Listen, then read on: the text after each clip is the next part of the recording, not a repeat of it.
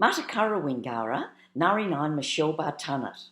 Good day, friends. My name is Aunty Michelle and I'm a Boandik elder.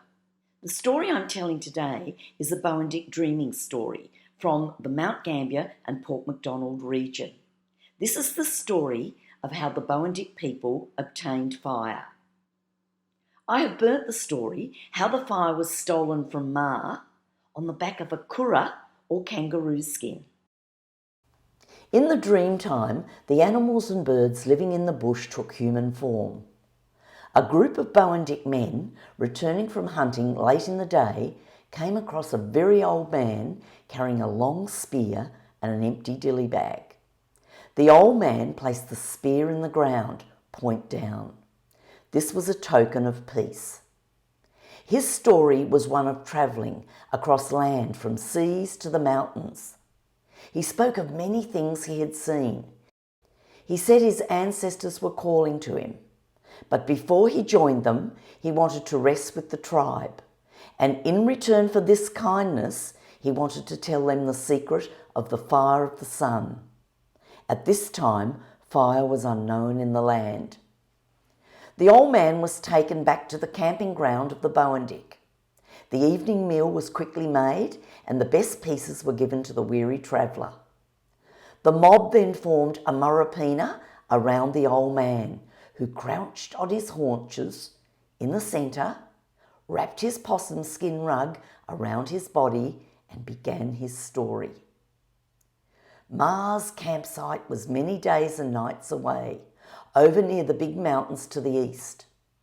On this particular day, the old man had woken early before sunrise and walked a distance to where many high trees were growing.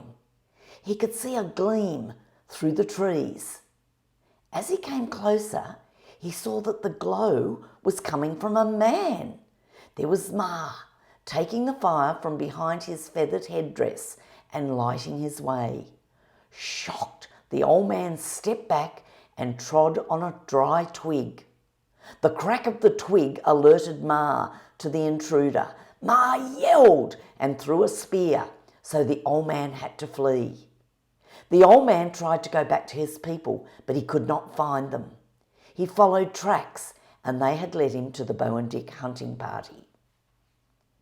The Boandik people enjoyed the warmth of the sun and had often wondered how they could take the fire from the sky. They knew it would help them stay warm during rains and cold weather, but did not know how to cook their food or harden their spearheads by fire. The old man challenged the Boandik people to take the fire from Ma. There was much talking and excitement. The elders decided they would have a murrapina and invite Ma as one of the people. While he was enjoying himself, they would steal the fire. The day of the murrapina arrived. There was feasting, dancing, singing and mock fighting. Ma was offered the best piece of the kangaroo meat to eat, but he refused it. He was then offered the kangaroo skin, which he accepted and took away with him to his camp. The feast was over and the Boandik still had no fire. Pretty, the emu wren man, decided to follow Ma to his camp and watch him from a distance and see what happened. It was a long journey and Pretty grew very weary. Just as he was about to give up, he saw Ma reach up and take fire from behind his feathered headdress. He returned to his camp and told the Boandik tribe what he had seen. The tribe talked into the small hours of the morning and decided to send Tatkana, the robin man, to retrieve the fire from Ma. Again, the journey was long and tiresome, but eventually Tatkana reached Ma's campsite. He was just in time to see Ma take the fire and light a fire stick. With the hot stick, Ma singed the hair off the kangaroo skin the tribe had given him. Tatkana was so interested in what was happening, he crawled and crawled really close to the fire. Oh! The fire scorched his chest. Although he was frightened and burnt, he jumped up and took the burning stick from the fire and ran off. But in his hurry, he set fire to the grass and bush around him. tried to put out the fire with the kangaroo skin, as he had done many times before, but could not do it. The fire was huge and destroyed birds, animals and land, leaving a black waste behind. Ma was furious the fire had been stolen. Taking his bawamba, he went in search of Tatkana, intent on killing him. When Ma arrived at the camping ground of the Boandik, Tatkana was frightened by seeing him and begged his friend Kuatung, the Kookaburra man, to fight in his place. Kuatung agreed, but after some minutes was hit on the chest with Ma's bawamba and beaten by Ma. Kuatung retreated to the trees, where he has remained to this day.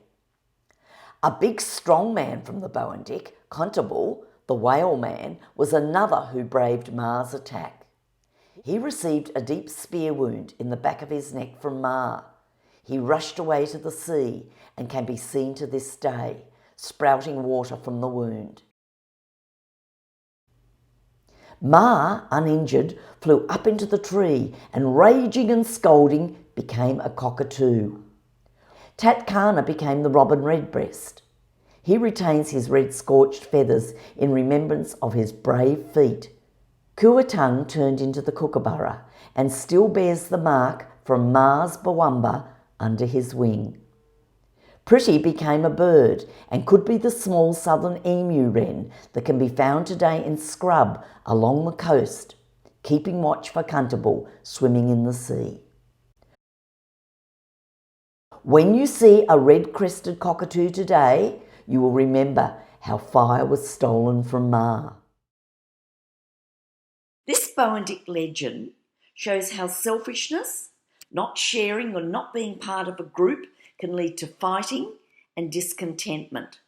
It also shows that caring about each other and caring about country is very important. Even today, from different families, there's conjecture about which cockatoo Ma became or which coastal bird Pretty is. Christina Smith related the Ma legend in her book, page 21, as quoted by the local natives. Fire originated in the red crest of a cockatoo. I hope you've enjoyed my story. Woo woo.